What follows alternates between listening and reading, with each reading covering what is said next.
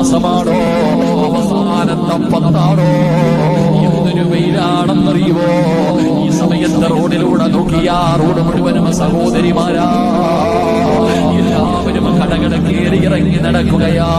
ചോദിച്ചാ പറയും പെരുന്നാളിന്റെ വസ്ത്രം വാങ്ങാനാ.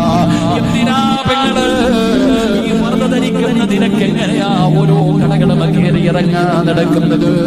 അടുത്തൊരു ചെറുപ്പക്കാരൻ പറഞ്ഞു, ഉസ്താദ് നിങ്ങൾ വഴുതു പറയുമ്പോ ഒരു കാര്യം പറയണം ഉസ്താദ്.